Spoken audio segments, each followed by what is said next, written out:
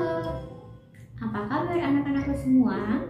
Jumpa lagi nih dengan Miss Tisa di mata pelajaran Pendidikan Pancasila dan Kewarganegaraan. Di video kali ini, Miss Tisa akan menjelaskan materi kelas 12 mengenai peran dari aparat penegak hukum. Masyarakat membutuhkan kedamaian dan juga keadilan dalam menjalankan kehidupan. Maka di sini ada peran dan tanggung jawab dari pemerintah dalam hal mewujudkan keadilan dan juga perdamaian untuk warga negaranya. Pembentukan peraturan oleh pemerintah dilakukan untuk mewujudkan kedamaian dan juga keadilan yang ada di Indonesia. Selain dengan cara membentuk peraturan perundang-undangan, pemerintah juga membentuk lembaga-lembaga untuk menegakkan keadilan, atau lebih sering disebut sebagai peran dari penegak hukum. Di sini, Miss Tisa akan menjelaskan beberapa tugas dan juga wewenang dari peran penegak hukum yang ada di Indonesia. Yang pertama adalah Kepolisian Republik Indonesia. Kepolisian Republik Indonesia atau Polri adalah aparat penegak hukum yang bertugas untuk melakukan penyelidikan atau sebagai badan penyidik.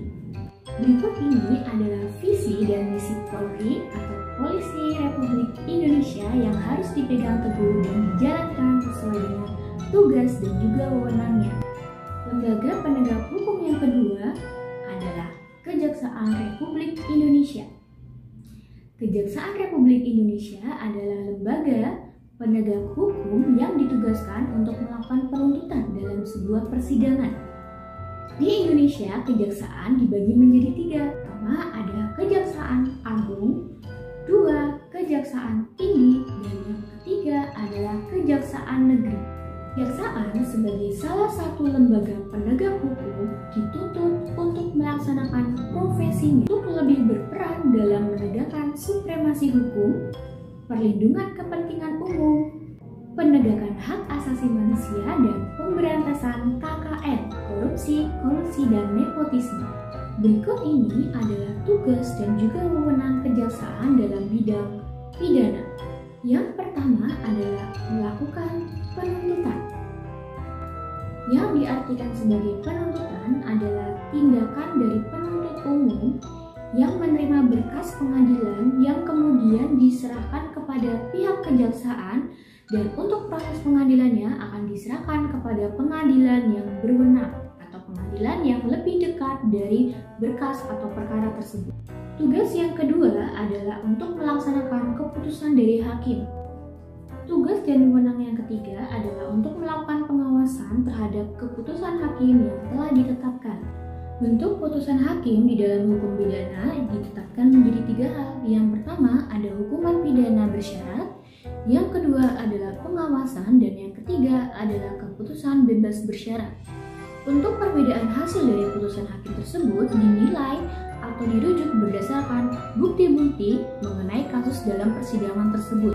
Tugas dan wewenang kejaksaan di dalam hukum pidana yang keempat adalah melakukan penyelidikan terhadap kasus pidana tertentu berdasarkan ketentuan di dalam undang-undang. Tugas dan wewenang kejaksaan yang kelima di dalam hukum pidana adalah untuk melengkapi berkas pidana tertentu dan boleh melakukan penyelidikan tambahan sebelum diberikan ke pengadilan dengan mengkonfirmasi atau bekerja sama dengan badan penyidik.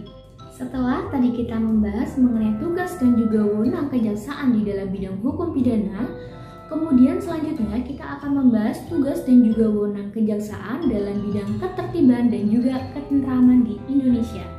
Berikut beberapa tugas dan juga wewenang dari Kejaksaan Republik Indonesia.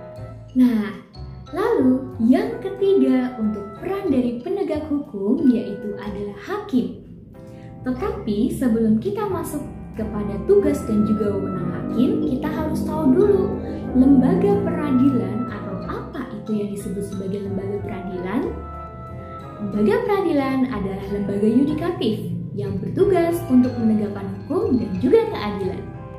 Lembaga peradilan di Indonesia itu dibagi menjadi 2. Yang pertama ada Mahkamah Agung, lalu yang kedua ada Mahkamah Konstitusi. Miss, apa sih perbedaannya? Mahkamah Agung adalah lembaga peradilan di bawah peradilan umum dan juga peradilan militer, peradilan agama, dan juga peradilan tata usaha negara. Mahkamah Konstitusi adalah lembaga peradilan untuk menindaklanjuti mengenai perubahan atas Undang-Undang Dasar. Sampai di sini, apakah sudah paham mengenai perbedaan antara Mahkamah Agung dan juga Mahkamah Konstitusi? Selanjutnya, Miss Lisa akan menjelaskan sedikit mengenai proses persidangan. Jika seseorang itu terlibat dalam suatu proses hukum, maka untuk kita sebagai warga negara biasa dalam hal menuntut keadilan itu bisa dengan beberapa tahap. Contohnya, jika seseorang itu terlibat dalam sebuah kasus pencurian, maka untuk berkas perkaranya itu akan dimasukkan ke pengadilan negeri. Kemudian nanti di dalam pengadilan tersebut itu akan diperiksa untuk bukti-bukti dan juga keterangan saksi. Barulah nanti hakim akan memberikan keputusan akhir mengenai apakah tersangka tersebut itu dinyatakan bersalah atau tidak. Jika tersangka itu dinyatakan bersalah, maka untuk proses hukumnya itu akan dilanjutkan atau nanti akan ditetapkan bahwa dia itu akan dihukum berapa kurungan penjara atau berapa denda yang akan dia dapatkan sesuai dengan seberapa berat tindakan atau kasus yang dia hadapi. Jika tersangka atau terdakwa itu merasa keberatan dengan hasil keputusan hakim, dia boleh melakukan banding ke pengadilan yang lebih tinggi, yaitu di pengadilan tinggi. Nanti di pengadilan tinggi itu akan diperiksa kembali untuk berkas-berkas dan juga keterangan-keterangan saksi dan juga alasan kenapa tersangka atau terdakwa itu menolak hasil keputusan yang ada di dalam peradilan negeri. Jika keputusan itu sudah ditetapkan di dalam pengadilan tinggi, maka untuk proses hukumnya itu nanti akan diubah kepada hasil keputusan yang ada di pengadilan tinggi. Apakah hukumannya itu akan bertambah atau malah berkurang sesuai dengan proses bandingnya atau ajukan dari bandingnya dia. Kemudian, jika tersangka atau terdakwa tersebut ternyata masih menolak atau keberatan terhadap keputusan hakim, maka dia boleh mengajukan ke pengadilan yang lebih tinggi lagi, yaitu mengajukan kasasi di dalam Mahkamah Agung. Nah, di dalam Mahkamah Agung atau proses persidangannya itu juga akan sama, akan diperiksa untuk bukti-buktinya, keterangan saksinya, dan juga alasan kenapa dia masih menolak untuk hasil keputusan hakim yang ada di pengadilan tinggi. Keputusan terakhir yang digunakan nanti adalah keputusan dari Mahkamah Agung atau dari tingkat kasasi yang telah disidangkan. Kemudian, jika tersangka atau terdakwa tersebut masih menolak atau merasa keberatan, maka akhir dari cara dia untuk mendapatkan keadilan yaitu dengan mengajukan grasi. Kepada siapa grasi tersebut diajukan? Yaitu grasi diajukan kepada presiden. Maka di dalam keputusan akhir, di dalam suatu proses penegakan hukum, untuk keputusan akhir ada pada tingkat presiden atau grasi. Nah, setelah hasil keputusan di grasi itu telah ditetapkan, maka untuk tersangka atau terdakwa harus menyerahkan diri ataupun juga menerima hasil keputusan terhadap persidangan tersebut. Setelah tadi Miss Lisa menjelaskan mengenai apa yang disebut sebagai lembaga peradilan, kemudian yang selanjutnya adalah aparat penegak hukum yang ada di dalam peradilan. Yang bertugas di dalam sebuah peradilan, yang bertugas untuk memberikan keputusan akhir atau keputusan dalam sebuah sidang itu adalah hakim. Maka di sini tugas dan wewenang hakim itu adalah memberikan keadilan atau memberikan keputusan di dalam sebuah peradilan. Maka jika seperti itu, hakim bisa kita simpulkan adalah pejabat peradilan yang diberikan wewenang oleh undang-undang untuk mengadili. Dalam undang-undang, kekuasaan kehakiman dibagi menjadi beberapa, yaitu sebagai berikut. Hakim sebagai lembaga yang bertugas untuk mengadili harus memiliki rasa keadilan yang tinggi. Rasa keadilan itu bisa didapatkan melihat fakta-fakta dan juga kondisi yang ada di dalam masyarakat ataupun hal-hal yang melibatkan antara saksi, korban, dan juga tersangka. Seorang hakim itu tidak boleh memiliki perasaan emosional dan juga rasa kurang percaya diri. Jadi, siapapun yang ingin menjadi hakim maka harus memiliki integritas, profesionalitas, dan juga tidak mementingkan hal-hal yang melibatkan emosi. Susunan majelis kehakiman dalam memeriksa, mengadili, dan memberi keputusan itu sekurang-kurangnya ada 3 orang, kecuali undang-undang telah menentukan ketentuan yang lain. Yang pertama itu ada hakim ketua dan hakim anggota yang terdiri dari 2 orang. Selain 2 hakim anggota, hakim ketua itu juga dibantu oleh seorang panitera dalam memutuskan atau melaksanakan proses persidangan.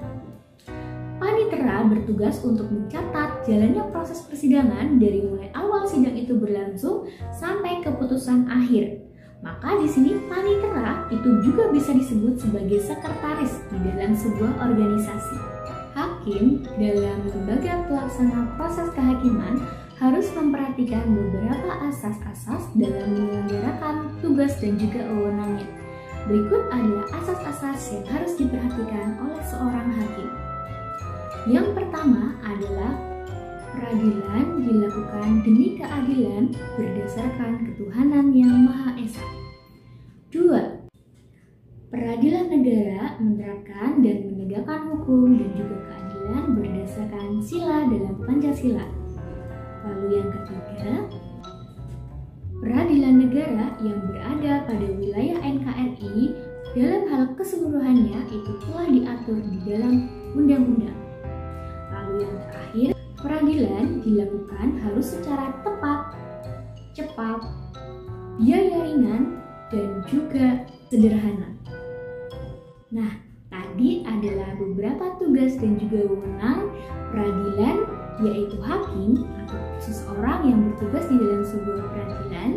Lalu kemudian aparat penegak hukum yang keempat atau yang selanjutnya adalah advokat, atau kita lebih sering mendengarnya dengan kuasa hukum atau pengacara. Advokat adalah lembaga atau seseorang yang bertugas dalam hal menjalankan profesinya untuk menegakkan keadilan baik di dalam persidangan maupun di luar persidangan. Maksud di dalam luar persidangan adalah advokat bisa ditunjuk sebagai ahli bicara dalam hal konferensi pers di dalam sebuah wawancara. Dalam menjalankan tugasnya, advokat diharapkan bisa menegakkan hukum dan juga keadilan yang ada di Indonesia. Untuk ketentuan advokat yang boleh bekerja di Indonesia itu terdiri atas 2 macam. Yang pertama adalah advokat asli Indonesia dan yang kedua adalah advokat asing. Indonesia memberikan kesempatan sebesar-besarnya kepada advokat asing untuk bekerja di Indonesia. Diberikannya kesempatan kepada advokat asing untuk bekerja di Indonesia itu adalah upaya dari pemerintah untuk menjaga kualitas atau meningkatkan kualitas dan juga profesionalisme kerja advokat yang ada di Indonesia. Advokat asing boleh bekerja di Indonesia tetapi tidak boleh untuk membuat kantor jaksa hukumnya sendiri atau kantor jaksa hukum sendiri itu harus ikut dari orang Indonesia. Berikut ini merupakan beberapa batasan bagi seorang advokat asing yang ingin bekerja di Indonesia. Baik, sekarang adalah lembaga peradilan hukum yang kelima, yaitu KPK atau Komisi Pemberantasan Korupsi. KPK adalah salah satu lembaga yang bersifat independen atau berdiri sendiri atau mandiri. Artinya, pemerintah itu tidak boleh ikut campur terhadap tugas dan juga wewenang dari KPK. Maka KPK di sini tidak boleh tunduk terhadap kekuasaan tertentu yang ada di pemerintah. Lembaga KPK dibentuk dengan tujuan untuk meningkatkan pemberantasan kasus-kasus korupsi yang ada di Indonesia. Berikut ini adalah beberapa asas yang harus diperhatikan KPK dalam menjalankan tugas dan juga wewenangnya. Yang pertama adalah asas kepastian hukum. Artinya, dalam menjalankan tugas dan juga wewenangnya, KPK harus menjalankan fungsi itu harus sesuai dengan peraturan perundang-undangan yang telah ditetapkan. Lalu yang kedua adalah asas keterbukaan. KPK harus diwajibkan untuk terbuka kepada masyarakat mengenai kasus-kasus yang tengah terjadi atau tengah diperiksa di dalam Indonesia. Untuk asas keterbukaan ini dapat dilaksanakan jika suatu proses penangkapan itu sudah terjadi. Maka pemerintah itu wajib memberikan informasi terkait pejabat maupun hal-hal yang berhubungan dengan kasus tindak pidana korupsi. Lalu yang ketiga adalah asas akuntabilitas. Artinya dalam menjalankan tugas dan juga wewenang KPK itu harus dalam hal bertanggung jawab terhadap semua hal, keputusan ataupun hal-hal yang berhubungan dengan tugas yang sedang dijalankan oleh KPK. Asas yang keempat adalah asas kepentingan umum. Artinya di sini dalam menjalankan tugas dan wewenangnya, KPK harus melihat apakah tugas dan wewenang tersebut itu sesuai dengan kesejahteraan dalam masyarakat atau tidak. Yang keenam adalah asas proporsionalitas. Artinya dalam hal menjalankan tugas, KPK itu harus seimbang antara tugas, tanggung jawab, wewenang, dan juga kewajiban dia sebagai lembaga penegak di kasus pidana korupsi. Asas yang terakhir adalah asas penghormatan terhadap hak asasi manusia. Nah, itu tadi adalah beberapa asas-asas yang harus diperhatikan oleh KPK dalam menjalankan tugas dan juga wewenangnya. Lalu yang terakhir adalah lembaga pemasyarakatan atau lapas. Dulu sebelum diganti menjadi istilah lembaga pemasyarakatan, lapas masih menggunakan sistem penjara. Artinya, jika seseorang itu telah melakukan sebuah tindak pidana kejahatan, maka orang tersebut akan langsung dipenjara atau dikurung. Tetapi untuk sistem yang terbaru, itu adalah lapas atau lembaga pemasyarakatan, maka jika seseorang itu terlibat dalam kasus tindak pidana kejahatan, orang tersebut itu masih akan dibina atau diberikan pembinaan. Contoh pembinaan yang ada di lapas itu bisa dengan cara pertama, mengembangkan potensi yang ada pada dirinya. Artinya, jika dia sudah keluar atau sudah terbebas dari masa kurungan atau masa penahanannya, dia bisa menggunakan keahliannya untuk menjalankan kehidupan secara normal. Bisa contohnya adalah dia mahir menjahit, mahir memasak, maka akan dibina di dalam lembaga pemasyarakatan tersebut. Selain dibina tentang bakat dan juga minat dari seorang narapidana yang berguna untuk saat dia keluar nanti, di dalam lapas itu juga ada kegiatan-kegiatan sosialisasi yang dapat dilakukan untuk menjaga mentalitas dari seorang narapidana supaya jika besok dia itu sudah keluar dari masa penahanannya, maka dia bisa menjalankan kehidupannya dengan normal atau tanpa rasa iri atau takut akan dikucilkan oleh masyarakat. Sesuai dengan tugas dan wewenang oleh pihak lembaga pemasyarakatan atau lapas, maka di sini mereka sudah menjalankan sila Pancasila, yaitu sila kedua dan juga sila kelima mengenai kemanusiaan yang adil dan beradab dan juga keadilan sosial bagi seluruh rakyat Indonesia. Nah, itu tadi adalah beberapa lembaga peradilan atau peran dari para penegak hukum yang ada di Indonesia. Apakah sekarang kalian sudah tahu untuk fungsi dan tugas dari masing-masing peran dari penegak hukum yang ada di Indonesia? Nah, itu tadi adalah beberapa penjelasan Miss mengenai materi di kelas 12, yaitu peran penegak hukum yang ada di Indonesia. Semoga dengan menonton video pembelajaran kali ini, kalian dapat memahami tugas dan juga fungsi dari para penegak hukum yang ada di Indonesia. Terima kasih sudah menonton video pembelajaran kali ini. Sampai jumpa